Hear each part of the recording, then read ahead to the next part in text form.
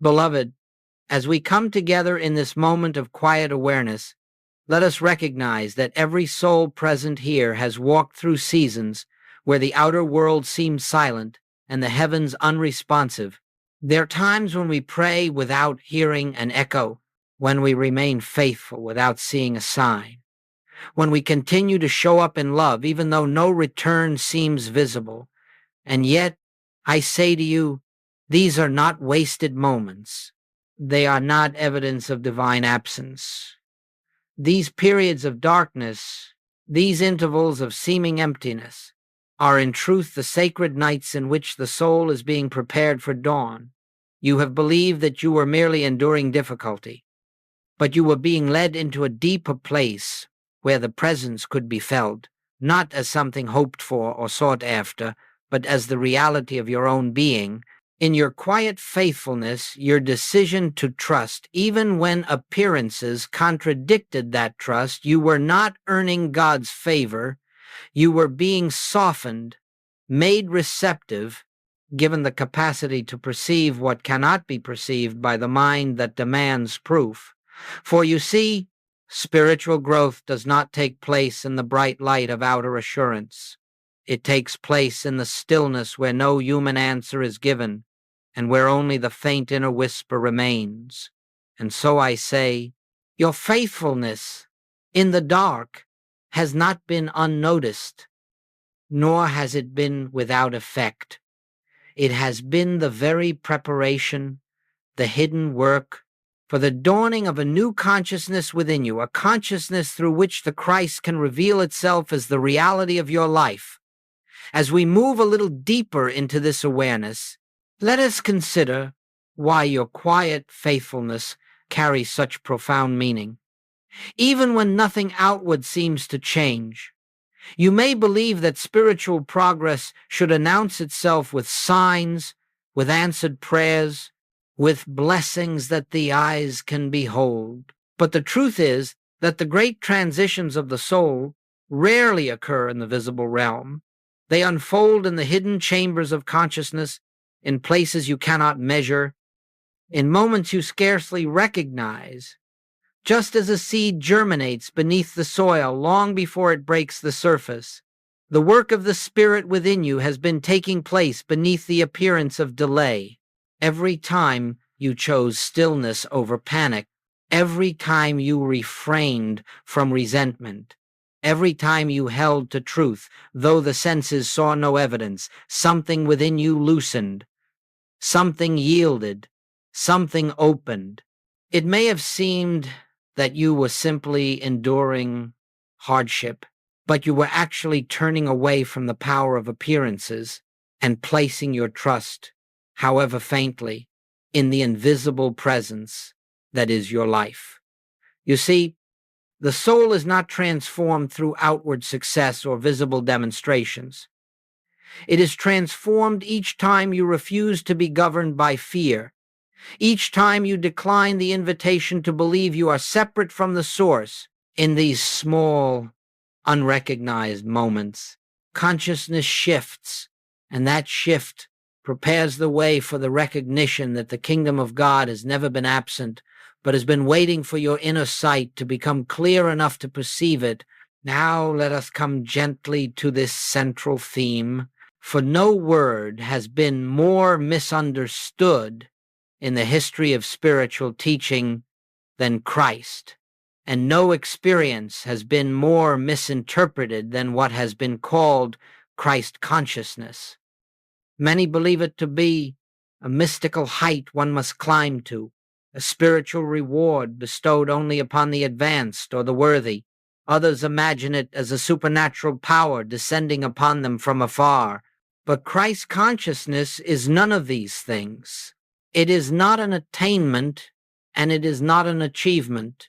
Christ consciousness is simply the recognition of your oneness with the Father. Nothing added, nothing acquired, nothing gained. It is the quiet inner knowing that the life of God is the life you are living, that the mind of God is the mind expressing itself through you, that the love of God is the love that flows as your very being. This recognition does not come with thunder. It comes with stillness. It does not inflate the ego. It dissolves the ego. It does not exalt the human self. It reveals that the human sense of self was never your true identity. And so, I say to you, Christ consciousness is not something you must become. It is what you already are beneath the layers of fear, effort, and separation. It is the timeless reality of your being, awaiting only your willingness to see. When Jesus declared, "I and the Father are one," he was not describing an exclusive relationship. He was describing the truth of existence itself. And when that truth begins to dawn within your own consciousness, not as theory but as realization, you discover the freedom, the peace, the clarity that have always been your inheritance but could not be perceived while the senses insisted upon a self apart from God. Christ consciousness is not a destination. It is the unveiling of what has forever been present at the core of your being. Let us look now at what has been taking place within you, quietly, secretly, beyond the reach of your senses. For while you believed you were standing still, or even moving backward, the Spirit was doing a work deeper than anything you could have accomplished through effort. You may have thought your prayers were unanswered, but in truth, your own consciousness was being prepared to recognize what no outward answer could ever give you. Each disappointment, each delay, each closed door was loosening your dependence on the world of form. Every moment in which you felt you had nothing left but silence was softening the surface mind so that the deeper awareness might come forth. What you call darkness was in fact the dimming of the ego's insistence. What you call waiting was the slow dissolving of the belief that you must manage life by human strength. You see, the Spirit cannot reveal itself in a consciousness, loud with self-will, crowded with desire, or dominated by fear. And so, in ways you did not perceive, the false images of a separated self were being thinned, worn away, emptied out. The belief that you were the one responsible for keeping your world intact began to fade, and in that sacred fading, a space was created, an inner openness, where the presence could be felt, not as something to be invited, but as the reality that was never absent. Do not think lightly of this hidden work. It is the very foundation of illumination. Long before light breaks upon the surface, the roots must deepen, the soil must soften, the seed must surrender to the invisible process taking place within it. And so it has been with you. The Spirit has been preparing you to receive what you could not have borne earlier, the recognition that the life you have called your own has always been the life of God expressing itself as you. And now, as this inner work begins to bear fruit, there come certain gentle indications, not dramatic, not sensational, but unmistakable to the soul, that Christ consciousness is beginning to break through the layers that once obscured it. You may notice first a quietness within you, not produced by effort, not maintained by discipline, but arising naturally as if from a deeper place. Circumstances that would once have provoked fear or agitation no longer hold the same authority over your mind. You find yourself responding softly to situations that formerly stirred you to anxiety. There comes, too, a subtle compassion, not willed, not practiced, but flowing like a gentle stream from a presence that seems to be living your life for you. You sense a certainty, not the certainty of belief, which argues, nor the certainty of emotion, which fluctuates, but the certainty of truth, silently known. It does not ask for agreement. It does not need validation. It simply is And with this certainty comes an easing of your desire to control outcomes. You begin to realize that life unfolds according to an intelligence far greater than the personal mind, and so the impulse to force, to push, to manipulate begins to dissolve. You notice moments of spontaneous gratitude, gratitude without reason, gratitude not tied to events, but rising like incense from the awareness of being held by something infinite. There may even be fleeting glimpses of presence, a sense that something sacred is here, closer than your breath, nearer than your hands and feet. These are not experiences to cling to. They are signs that the veil of separation is thinning, that the recognition of oneness is dawning. Christ consciousness is not arriving from outside. It is emerging from within, quietly, gently, as your own true self coming into remembrance. As this dawning awareness begins to reveal itself, the question naturally arises: how shall we cooperate with this inner breakthrough? And the answer, dear friend, is far simpler than the human mind imagines. For the Spirit does not ask you to do more, it asks you to do less. It asks you to cease striving, to relinquish your attempts to force spiritual experience, and to rest in the truth that the work is already being done within you. Whenever the sense mind urges you to try harder, simply pause, become still for a moment, and turn inward, not with effort, but with receptivity. You are not seeking to bring God into your life. You are recognizing the presence that is already here. And so let your moments of silence be just that, silence.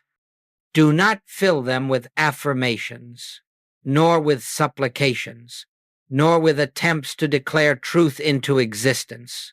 Truth needs no declaration. It needs only recognition. Let the sacred words, "I and the Father are one," arise within you, not as a tool to achieve something, but as a quiet acknowledgement of what is. If you find yourself grasping, release the grasping. If you find yourself seeking signs, surrender the need for signs. If you find yourself trying to feel spiritual, recognize that such trying itself is the veil. The Spirit is not reached through effort, but through yielding. As you navigate your day, allow decisions to arise from the inner peace rather than the anxious mind. Let guidance come, not from debate or analysis, but from that subtle sense of rightness that flows when you rest in the presence. And if at times you falter, simply return without judgment, without striving to the awareness that the kingdom is within you. The breakthrough is not yours to manufacture. It is yours to allow. And the more gently you allow, the more naturally the inner light reveals itself as the very life you are living. As this inner shift becomes more established, you will discover that life itself begins to take on a different quality, not because the outer world is suddenly transformed, but because you are no longer meeting it from the level of the anxious self. You may still encounter challenges, for life in this world presents its appearances to all, but those challenges no longer possess the capacity to disturb the depths of your being. You find yourself moving through circumstances with a quiet steadiness, as though an invisible foundation supports you from within. You speak less from reaction and more from clarity. You listen not only to words, but to the presence behind them. You begin to notice that the desire to secure outcomes, to prove yourself, to manage every detail, loosens its hold.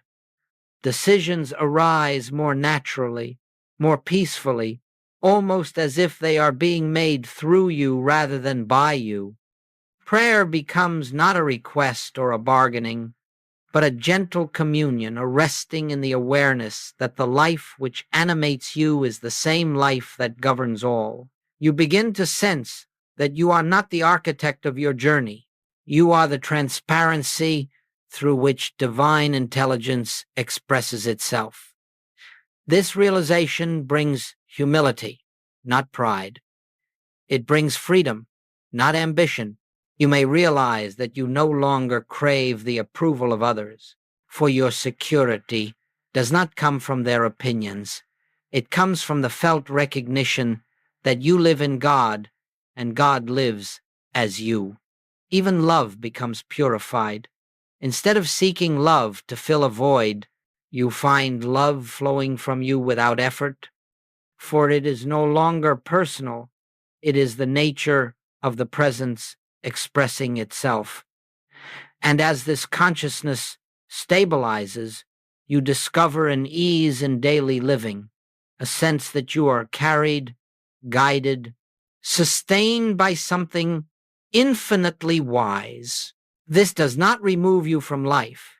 It allows you to engage life fully, but from a deeper center, a place where peace is not the result of favorable conditions, but the natural atmosphere of your being. And now we come to a sacred moment in the inner journey, the moment when the soul awakens to what has truly been taking place all along. This is not a moment marked by fireworks or emotional intensity. It is often as soft as a breath, as gentle as a whisper within. But in that stillness, a recognition dawns. Your faithfulness in the dark was never about holding on until God acted. Your faithfulness was the very doorway through which the light could enter your awareness. You begin to see that the delays you resented, the struggles you endured, and the unanswered prayers you questioned were in reality the Spirit loosening your grasp on the personal sense of life. They were the slow unthreading of the belief that you live apart from the source. When this recognition comes, it feels as though a veil has dropped, not because God has drawn nearer, but because the sense of separation has quietly dissolved. You realize that nothing needed to change outside of you. What needed to change was the lens through which you looked. And as that lens clears, you discover that the presence you longed for in the silence was the very presence sustaining you throughout the silence. You discover that the strength you believed you lacked was the strength of the infinite moving through you. You discover that the peace you sought was the nature of your own being, waiting patiently beneath the turbulence of thought. In this moment of realization, gratitude arises not for what you have received, but for what has been revealed. The truth dawns that you were never seeking God. You were seeking the awareness of your oneness with God, and the long night of faithfulness was the gentle preparation of consciousness for that dawning. It becomes clear the light has not come from outside, it has arisen from within, unveiled by your willingness to trust when nothing seemed trustworthy, to be still when everything urged movement, to listen inwardly when the world offered only noise. Your faithfulness was not a test, it was the opening of the heart through which the Christ could reveal itself. And so, beloved, as we bring this time of reflection to a close, let us remember that nothing we have spoken of today is a promise for the future. It is a recognition of what has already begun to unfold within you. The spiritual life does not ask that you strive towards some distant attainment. It invites you simply to rest in the awareness that the work is already in motion, that the presence is already expressing itself as your very life. Do not leave this moment seeking signs or searching for evidence. Let the stillness itself be enough. Let the quiet assurance within you bear witness to the truth that you do not walk alone, that the Father has never been apart from you, and that every breath you take is breathed in God. As you move through your day, carry with you not a technique, not a formula, but a gentle remembrance. I rest in the presence that lives as me. When fear arises, you need not fight it. Simply turn inward and remember, When confusion comes, do not struggle to find clarity. Allow the inner light to reveal what needs to be known. When you feel yourself seeking, longing, reaching outward, pause and listen. Listen for the subtle whisper that says, "Be still, for I am here."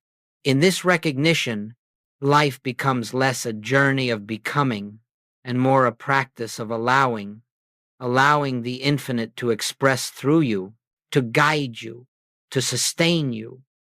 And in that allowing, you discover the peace that does not depend on circumstances, the joy that does not need a cause, and the love that flows without measure. Let this awareness accompany you now, quietly, effortlessly, as the truth of your being.